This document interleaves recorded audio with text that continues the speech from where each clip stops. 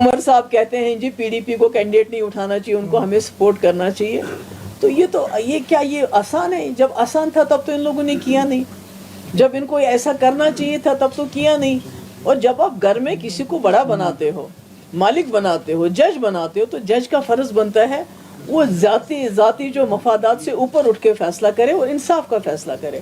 تو مجھے لگتا ہے مجھے آج آپ کے ساتھ یہ بات اس لیے بھی کرنی پڑی کیونکہ ہر طرح سے میرے ورکر فون کر رہے ہیں, بہت مطلب وہ مایوس ہو گئے ہیں کہ یہ کیا ہو رہا ہے, انہوں نے تو ہماری اتنی بےعزتی کی ہے تو ہم کیا لڑ نہیں رہے ہیں. تو اس لیے میں نے سوچا کہ آپ لوگوں کے ساتھ بات ہو جائے.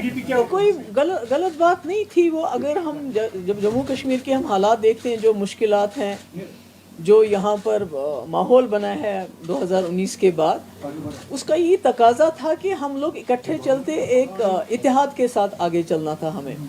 اور کیونکہ آپ کو معلوم ہے ہزاروں نوجوان ہمارے جیلوں میں بند ہیں, بات نہیں آپ کر سکتے ہو. ہماری تو کیا بات, آپ جو جرنلسٹ ہیں بات کرتے ہیں, کتنے سارے ہیں ہمارے جرنلسٹ بند ہیں. ہمارے نوجوان باہر کی جیلوں میں اس وقت خدا نخواستہ سڑ رہے ہیں, مصیبت میں ہیں. ملازم کیا ہے, اس کے گھر والے بات نہیں کر سکتے ہیں.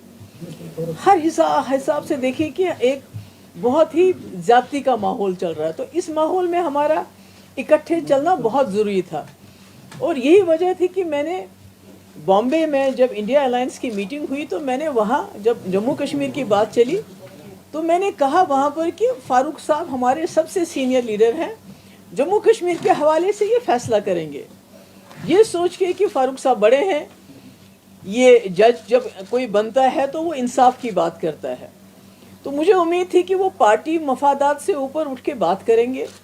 اور اگر یہی فیصلہ کرنا جو انہوں نے کیا, اگر ان کو لگا, فاروق صاحب کو لگا, عمر صاحب کو لگا کہ پی ڈی پی کی آواز سے بہتر آواز ہمارے پاس لوگ ہیں, جو نمائندے ہیں, وہ زیادہ بہتر طریقے سے جو جموں کشمیر کے لوگوں کا درد ہے, جو یہاں کی تکلیف ہے, جو یہاں کی مصیبت ہے, اس کی عکاسی پارلیمنٹ میں کر سکتی, تو کچھ بھی نہیں کرنا تھا. جو بات کل عمر صاحب نے کہی, یہ بات یہ آج سے 2 مہینے پہلے کہہ سکتے تھے. مجھے فون کر سکتے تھے فاروق صاحب, عمر صاحب مجھے بلاتے, مجھے کہتے کہ آپ نے فاروق صاحب کو ذمہ داری رکھی ہے فیصلہ کرنے کی. ہم نے یہ فیصلہ کیا ہے کسی وجہ سے کہ آپ شاید ہمارے لوگ بہتر وہاں نمائندے بن سکتے ہیں, بہتر طریقے سے آپ جموں کشمیر کی آواز پہنچا سکتے ہیں. اس لیے ہم نے یہ فیصلہ ایسا کر دیا ہے کہ آپ مت لڑیے, ہم صرف لڑیں گے. تو شاید جو لارجر انٹرسٹ ہے, کیونکہ آپ دیکھیں ہم کس چیز کے لیے لڑ رہے ہیں, ہم تو لٹ چکے ہیں, ہمارے پاس کیا ہے اب. تو اب ہم پارلیمنٹ کی سیٹوں کے لیے آپس میں ایک دوسرے کے کپڑے پھاڑیں.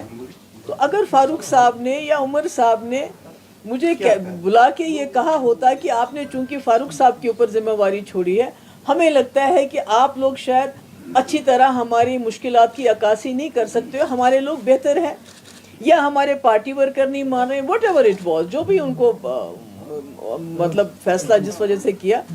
تو ہم سوچتے لارجر انٹرسٹ میں ایسا ہی ہونا چاہیے. چلیے ہم پارلیمنٹ میں نہیں پہنچیں گے, یہ اگر پارلیمنٹ میں پہنچ کے بہتر کارکردگی کر سکتے ہیں تو ٹھیک ہے. مگر آپ نے دیکھا جس طرح سے عمر صاحب نے باہر آ کے ہمارے ساتھ بات کیے بغیر, ہم کو اعتماد میں لیے بغیر, جس طرح انہیں, اور فیصلہ بھی آپ سب نے دیکھا کیسے سنایا کہ پی ڈی پی کا وجود ہی نہیں ہے, پی ڈی پی سچویشن میں نہیں ہے. محبوبہ مفتی 4تھے نمبر پہ آئی. تو اس سے کیا ہوا کہ جو میرا ورکر ہے, آپ کا معلوم ہے پچھلے 5 سال سے بی جے پی نے میری پارٹی ساری توڑ کے رکھ دی, بڑے بڑے سارے لیڈر نکال. اب میرے ساتھ کون ہے؟ میرا ورکر, جو بیچارہ پھاکا رہ کے جیب سے پیسہ خرچ کر کے میرے جلسے جلوس میٹنگز میں آتا ہے. تو اس کو بہت دھچکا لگا جب اس نے عمر صاحب کے وہ الفاظ سنے, تو وہ دل برداشتہ ہو گیا, اس کو بہت تکلیف ہوئی, اس کا دل ٹوٹ گیا کہ یہ کیا کہا جا رہا ہے کہ ایک پی ڈی پی جس کی 28 سیٹیں کچھ سالوں کے اندر, جس نے نیشنل کانفرنس کو 2 بار پاور سے باہر کر دیا, آج وہ کہتے ہیں ان کا وجود ہی نہیں ہے. میرے خیال میں اس وقت جو لہجہ تھا عمر صاحب کا وہ بہت سخت تھا, اور اس سے میرا ورکر جو ہے بہت ہی زیادہ مایوس ہو گیا اور تکلیف بھی ہوئی. تو آج میں کس منہ سے جا کے ورکر کو بولوں گی کہ عمر صاحب کہتے ہیں جی پی ڈی پی کو کینڈیڈیٹ نہیں اٹھانا چاہیے, ان کو ہمیں سپورٹ کرنا چاہیے. تو یہ کیا یہ آسان ہے؟ جب آسان تھا تب تو ان لوگوں نے کیا نہیں, جب ان کو ایسا کرنا چاہیے تھا تب تو کیا نہیں. اور جب آپ گھر میں کسی کو بڑا بناتے ہو,